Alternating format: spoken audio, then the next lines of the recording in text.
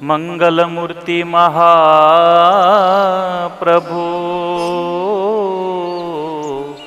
श्री सहजानंद सुख रूप भक्ति धर्म सुत श्री हरि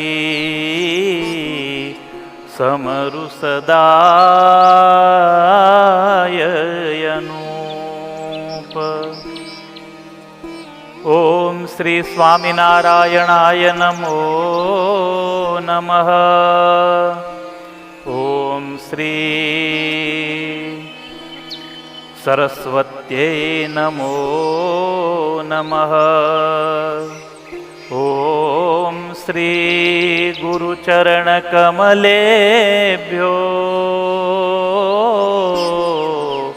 नमो नमः।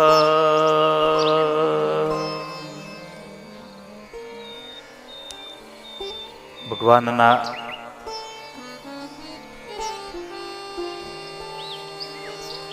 એકાંતિક ભક્તોની ગાથા એનું જ્યારે આપણે શ્રવણ કરી રહ્યા છીએ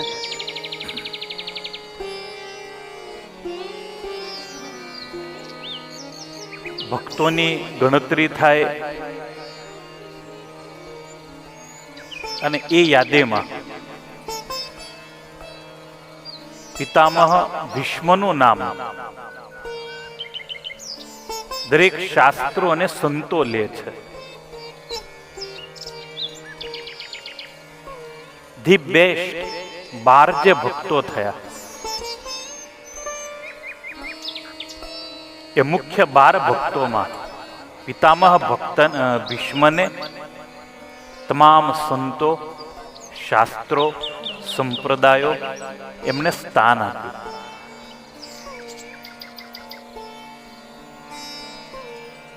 બહુ અદ્ભુત અને સમજવા જેવી જાણવા જેવી આ દિવ્ય કથા છે.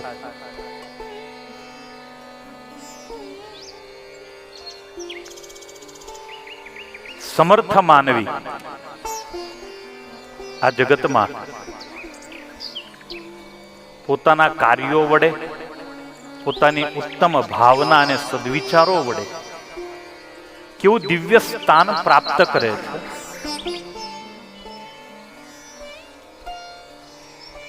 આ એક એવું વ્યક્તિત્વ છે કુરુક્ષેત્રના રણમેદાનમાં જ્યારે પણ ભગવાન કૃષ્ણનો રથ દિવસ દરમિયાન જ્યારે પણ ભીષ્મની સામે જાય ત્યારે ભગવાન કૃષ્ણ એમને વંદન કરતા.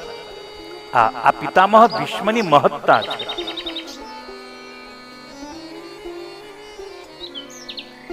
શંતનુ નંદન તરીકે પિતામહ ભીષ્મ પ્રચલિત અને પ્રસિદ્ધ થયા. આ કુળ વિશે આ પરંપરા વિશે ખૂબ સુંદર કથાઓ પુરાણોની અંદર લખવામાં આવી. મહારાજ પ્રતાપી કુરુએ પ્રચલિત કરેલો આ વંશ જે કુરુવંશ તરીકે પ્રચલિત થયો. હસ્તિનાપુર જેમની રાજધાની છે. કથાનો પ્રારંભ આપણે કરીશું એ પહેલા થોડીક પૂર્વ ભૂમિકા. મહારાજ શંતનુ વિશે આપણે સાંભળીશું.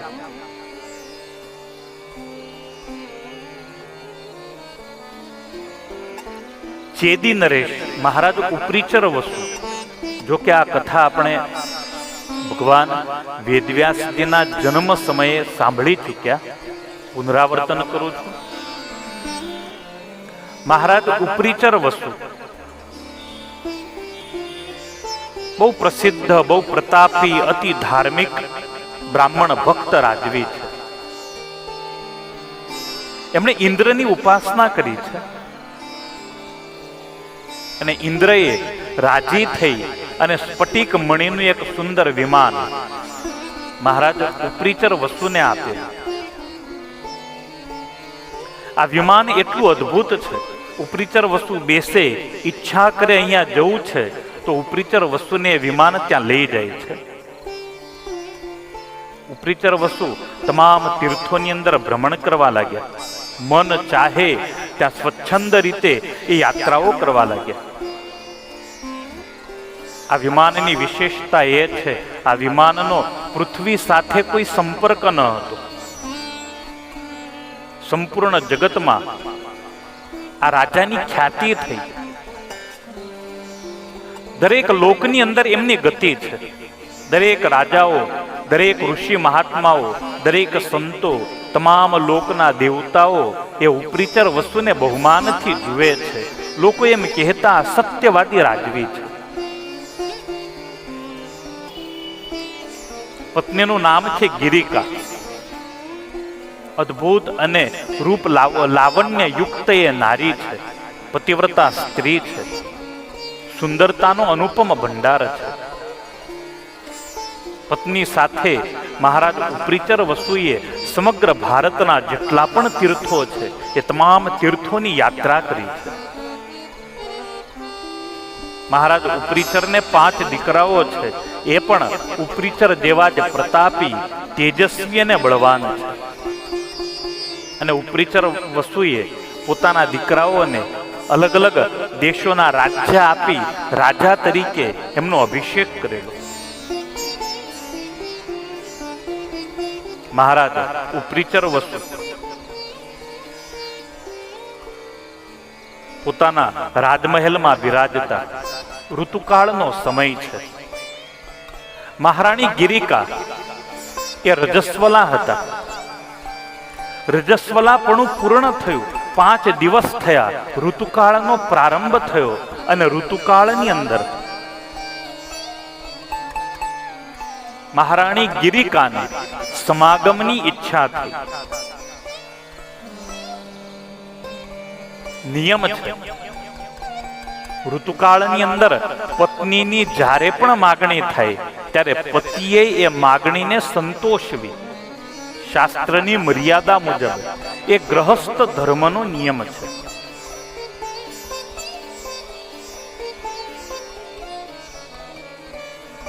ઉપરીચર વસુ પાસે માગણી કરી ગિરિકા દેવીએ, પતિદેવ હું ઋતુકાળમાં છું, સમાગમની ઈચ્છા છે.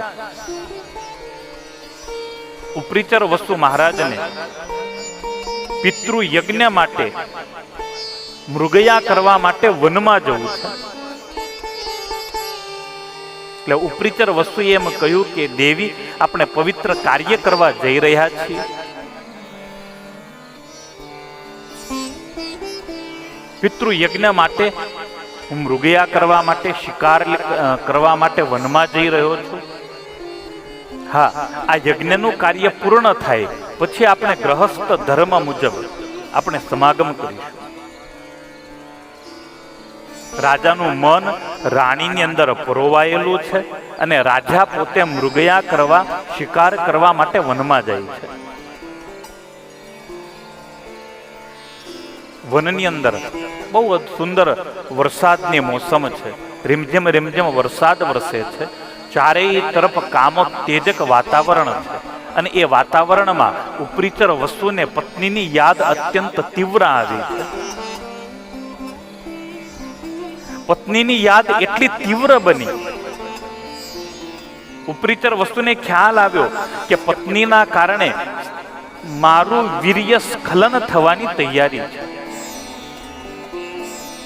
મહારાજ ઉપરીચર વસુએ પોતાના અમોઘ વીર્યને એક વૃક્ષના પાંદડા ઉપર ઝીલી લીધું છે. આ વીર્ય વ્યર્થ ન જવું જોઈએ. સમાજ પરાક્રમહીન થતો જાય છે એનું મુખ્ય કારણ માણસ પોતાના વીર્યને વેડફી રહ્યો છે. 100 ટીપા લોહી જ્યારે તમારા શરીરનું બળે છે ત્યારે વીર્યનું એક બુંદ નિર્માણ થાય છે. શરીરનું વલોણું થાય, શરીરનું મંથન થાય ત્યારે એક બુંદ વીર્યની ઉત્પત્તિ થાય. એટલું અમોઘ આ વીર્ય હોય છે. આ વીર્યને જે પોતાના શરીરની અંદર ધારણ કરી અને વીર્યને જે ઉપર ચઢાવે છે એને ઉર્ધ્વ રેતા કહેવામાં આવે છે. એનો ચહેરો ચમકવાળો હોય, એ પુરુષ બળવાન અને વીર્યવાન હોય, પરાક્રમી હોય. મહારાજ ઉપરીચર વસુએ પોતાનું અમોઘ વીર્યએ નિષ્ફળ ન જાય માટે એક પાંદડામાં ઝૂલ્યું. નક્કી કર્યું આ વીર્યને મારી પત્ની માટે હું મોકલી આપું. પાનનો પડિયો બનાવ્યો, વીર્યને અભિમંત્રિત કર્યું. બાજુમાં જ એક બાજ પક્ષી છે, એ બાજ પક્ષીને રાજાએ એ વીર્ય આપ્યું અને એમ કહ્યું કે આ પડિયાને મારા ઘરે લઈ જા, મારી પત્ની ગિરિકાના હાથમાં આ પડિયો આપજે. આજે એનો ઋતુકાળ છે, જેથી કરી મારો ગ્રહસ્થ ધર્મ પણ પૂર્ણ થાય અને પિતૃઓની આજ્ઞાનો લોપ પણ ન થાય.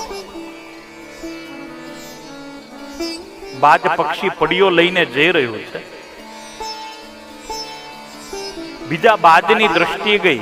એ બાજને એમ લાગ્યું કે આ કોઈ માંસનો લોચો લઈને જાય છે, એટલે એ બાજ પક્ષીએ ઝાપટ મારી. પેલા બાજની ચાંચમાંથી પેલો વીર્યવાળો જે પડિયો હતો એ નીચે વહેતી યમુના મૈયાના જળમાં પડ્યો છે.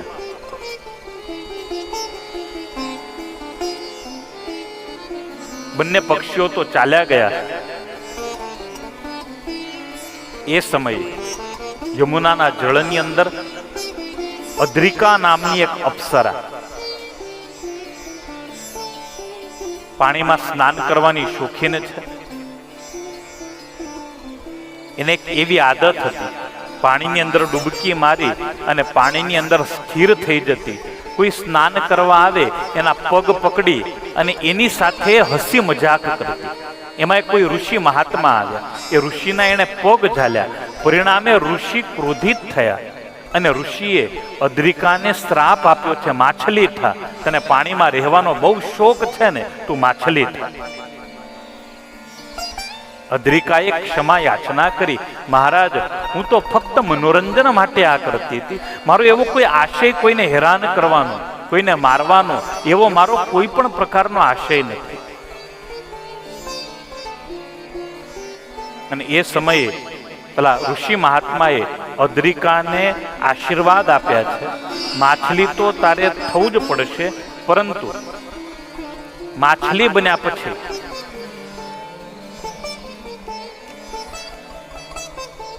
તારા ગર્ભમાંથી 2 જોડિયા સંતાનોનો જન્મ થશે, એક બાળક અને એક બાળકી. એ બાળક અને બાળકીનો જન્મ થયા પછી તારો માછલીનો દેહ છૂટશે અને તું તારા મૂળ સ્વરૂપને પાછું પ્રાપ્ત કરીશ. અને એ અદ્રિકા માછલી બની યમુનાના જળની અંદર વિહારે કરે.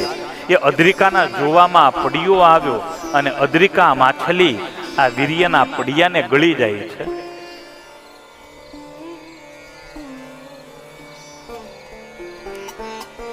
અને એ વીર્યના પ્રભાવથી અને પ્રતાપથી મહારાજ ઉપરીચર વસુનું આ તેજ છે. સમય જતા એ માછલી ગર્ભવતી થઈ. એના ઉદરની અંદર એક બાળક અને બાળકી આવ્યા અને એ અદ્રિકા નામની માછલી માછીમારોની જાળમાં ઝપટમાં આવી. માછીમારોએ જોયું, આટલી મોટી માછલી પહેલી વાર જોઈ. માછીમારોએ માછલીને પકડી.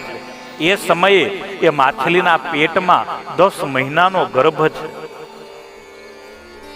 માછીમારોએ જ્યારે માછલીને વચ્ચેથી ચીરો મૂક્યો, લોહીની ધારાઓ છૂટી અને એ માછલીના ઉદરમાં એક સુંદર બાળક અને બાળકી રમતા હતા. એ માછીમારોએ જોયું. માછીમારોને અત્યંત આશ્ચર્ય થયું. એટલે માછીમારોએ એ બંને બાળકો પોતાના રાજા ઉપરીચર વસુને સોંપ્યા છે. વિચિત્રતા એ હતી, બાળક હતો એ બહુ રૂપાળો છે, કન્યા પણ એટલી જ સુંદર અને રૂપવાન છે, પરંતુ કન્યાના શરીરમાંથી માછલી જેવી દુર્ગંધ આવતી. એટલે ઉપરીચર વસુએ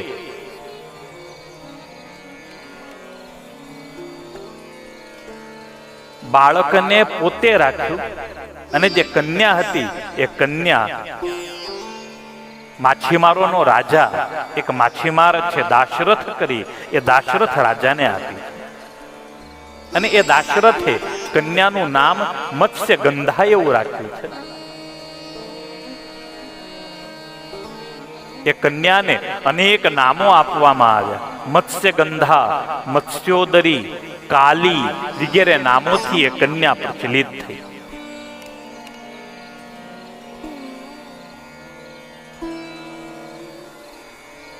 જ્યારે માછીમારે પેલી અદ્રિકાને કાપી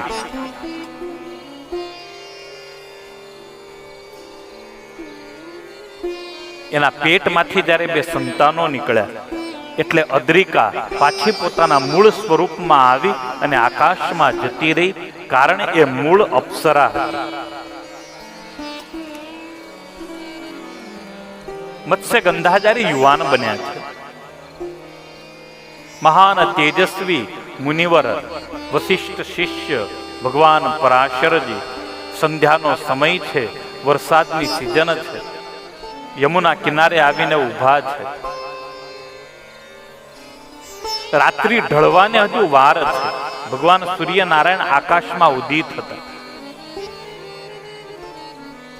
વાવાઝોડાની આશંકા હોવાથી એક પણ નૌકા યમુનાના જળમાં દેખાતી નથી. ઋષિ ચિંતિત થયા, સામે કિનારે જવું છે પરંતુ નૌકા નથી. અને ચિંતિત ઋષિને જોઈ અને મત્સ્ય ગંધા આગળ આવી, મહારાજ શું ઈચ્છા છે?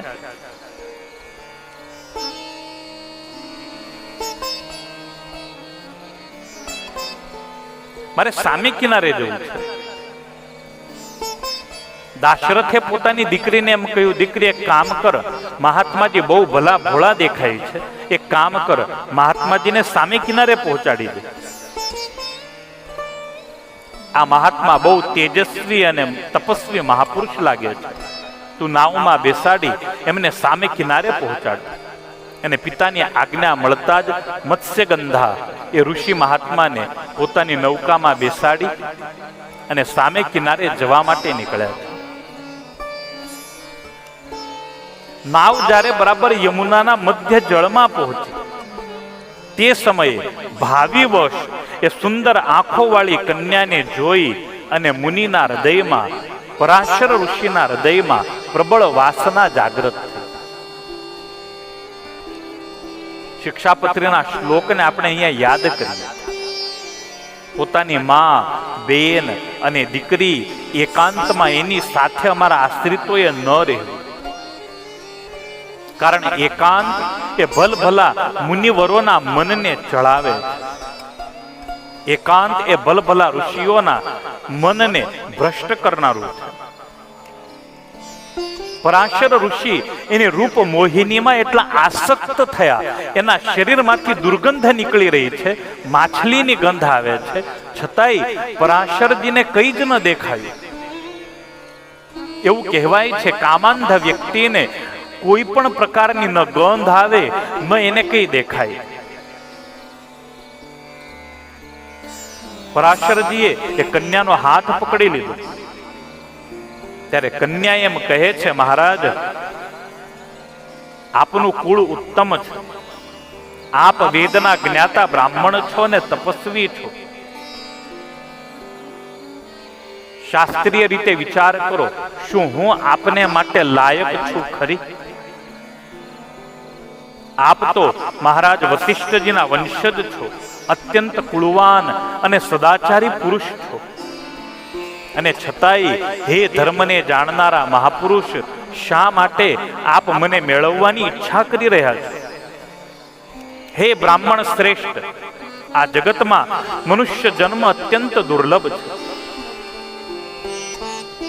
મારી સમજ પ્રમાણે મનુષ્ય યોનિમાં પણ બ્રાહ્મણ કુળમાં જન્મ મળવો એ તો અત્યંત દુર્લભ છે. હે વિપ્રવર, હે મહાત્મન, આપ કુળ, શીલ, સ્વાધ્યાય તમામ સદગુણોથી સંપન્ન એક પવિત્ર ભૂદેવ છે.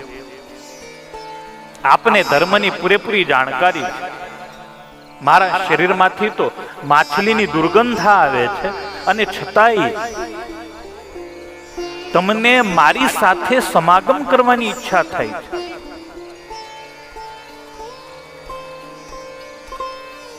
પરાશરજીએ હાથ પકડ્યો. હા કન્યા, હું તમને જોઈ અને અત્યંત મોહિત થયો છું.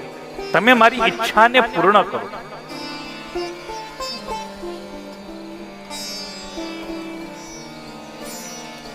ત્યારે મત્સ્યગંધાને એમ થાય કે અરે રે, બ્રાહ્મણ ખરેખર મૂર્ખ લાગે છે.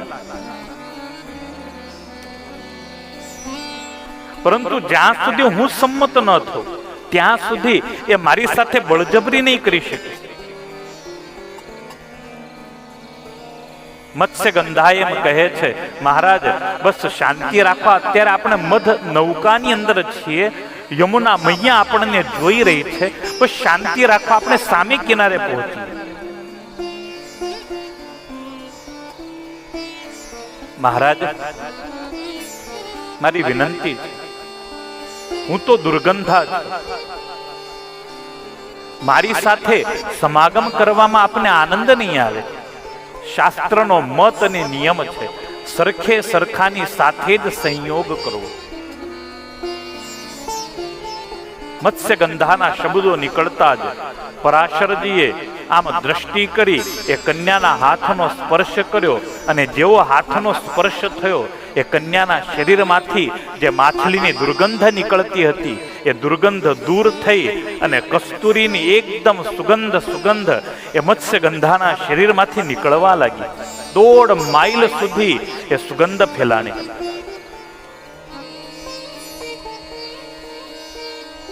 પરાશરજી કહે છે, હે કલ્યાણી, હવે તારા શરીરમાંથી માછલી જેવી સુગંધ નીકળશે. હવે તું મારા માટે બિલકુલ લાયક અને યોગ્ય બની છે. ત્યારે સત્યવતી એમ કહે છે, મત્સ્યગંધા એમ કહે છે, મહારાજ જુઓ તો ખરા, સૂર્યનારાયણ ઉદિત છે, યમુના મૈયા વહેતી વહેતી આપણને જોઈ રહી છે, સામે કિનારે મારા પિતા દાશરથજી ઊભા છે. હજુ રાત્રિ ઢળી નથી, અને આ પાશવિક કર્મ કરવું મને અયોગ્ય લાગે છે. મનુષ્યએ રાત્રિના સમયે જ સ્ત્રી સમાગમ કરવો જોઈએ. હે મહાનુભાવ, હે મહાપુરુષ, આપ આપના મનને રોકી રાખો, નહીં તો જગતમાં ન થયો હોય એવો તમારો ભયંકર અપવાદ થશે. જગતમાં તમારી મહા અપકીર્તિ થશે. પરાશરજીની સામર્થ્ય તો જુઓ. પરાશરજી કહે છે, દેવી તમને ભય છે સૂર્યનો, લ્યો સૂર્યને હું રોકી દઉં છું.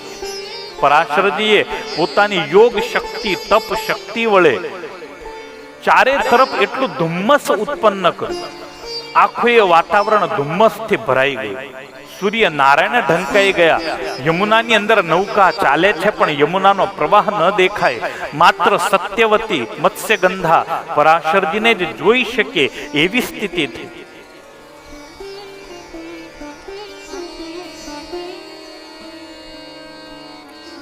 પરાશરજીએ હાથ પકડ્યો. હવે તારી પાસે કોઈ બહાનો નથી. તારા પિતાને પણ આપણે દેખાતા નથી, સૂર્યનારાયણ પણ આપણને જોઈ શકતા નથી, એટલે સુધી કે યમુના મૈયા પણ આપણને જોતા નથી.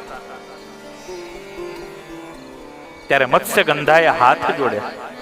હે પ્રિયવર, હું તો કુંવારી કન્યા છું. આપ તો મારી સાથે સમાગમ કરી અને ચાલ્યા જશો, પણ હે બ્રાહ્મણ શ્રેષ્ઠ, તમારું વીર્ય અમોઘ છે, એ નિષ્ફળ નહીં જાય. હું જો ગર્ભવતી થઈ તો મારા પિતાને હું શું જવાબ આપીશ? હું સમાજને શું જવાબ આપીશ? એનો ઉત્તર આપો.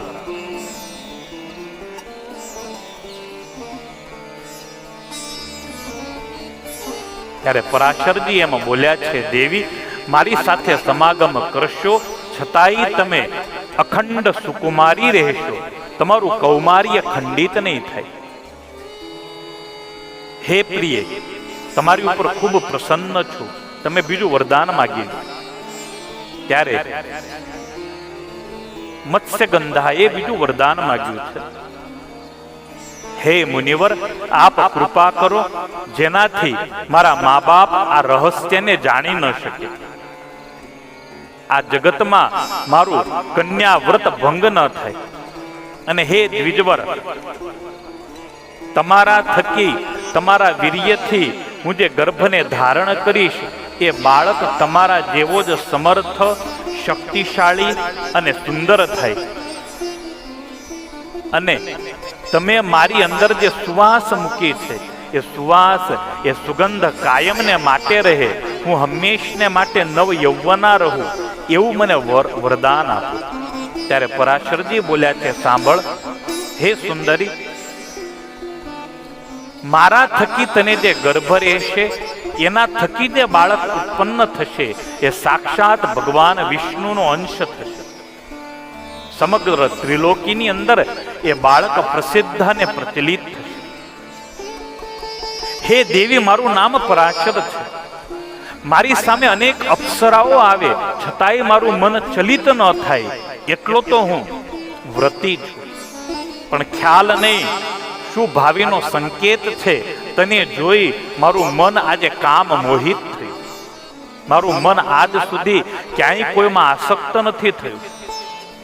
હે પ્રસન્ન વદનવાળી, હે પ્રસન્ન મુખવાળી, તારા મુખે જે બાળકનો જન્મ થશે એ પરમ જ્ઞાની, પરમ શાસ્ત્રોનો જ્ઞાતા થશે, એ વેદોનું વિભાજન કરશે, અનેક પુરાણોની રચનાઓ કરી અને સમગ્ર સંસારને એક નવો માર્ગ આપનારો બાળક તારા મુખે થશે. ત્રણેય લોકમાં એની પ્રતિષ્ઠા કાયમ રહેશે. મહારાજ પરાશરજીનું આ વચન સાંભળી અને મત્સ્યગંધા એ પરાશરજીને અનુકૂળ થયા છે. મહારાજ પરાશરજીએ મત્સ્યગંધા સાથે નૌકામાં જ સમાગમ કર્યો છે. યમુનાના જળમાં પરાશરજીએ સ્નાન કર્યું છે. જળમાં સ્નાન કરી અને કિનારે આવી અને પરાશરજી વિદાય થયા છે. સત્યવતી પણ પોતાના પિતાના ઘરે આવ્યા છે. અને એ સમયે સત્યવતી મત્સ્યગંધાએ ગર્ભ ધારણ કર્યો. ઋષિના આશીર્વાદને કારણે ન એમના કોઈ શારીરિક ચિહ્નો ફર્યા, ન એમનું પેટ ઉપસાણું, પણ બરાબર 10મા મહિને મત્સ્યગંધાને ખ્યાલ આવ્યો આજે સંતાનનો જન્મ થશે, એટલે નૌકામાં બેસી યમુનાની વચ્ચે એક દ્વીપ બેટ છે એ બેટ ઉપર ગયા અને એ દ્વીપ ઉપર પોતે સંતાનને જન્મ આપ્યો. અને સંતાન અત્યંત તેજસ્વી છે. જન્મતાની સાથે જ સંતાનની આકૃતિ મોટી થઈ. 12-15 વર્ષની એ સંતાનની આકૃતિ થઈ. એને માને હાથ જોડ્યા, હે માતે,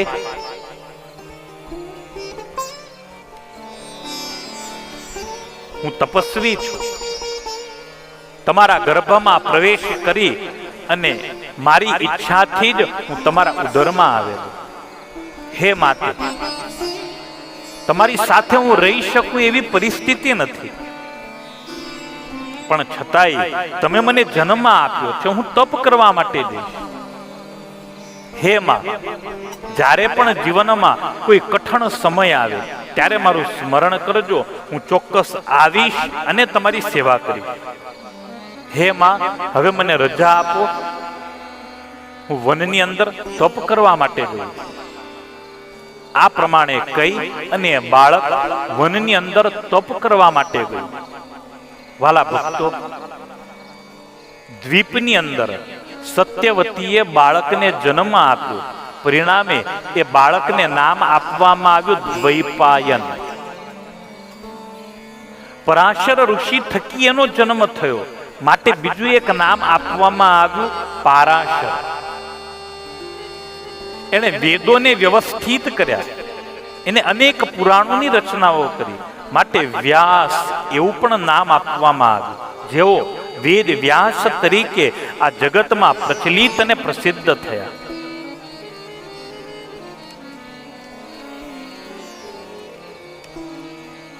સમય જતા સત્યવતી પોતાના પિતાના ઘરે આવીને નિવાસ કરે છે.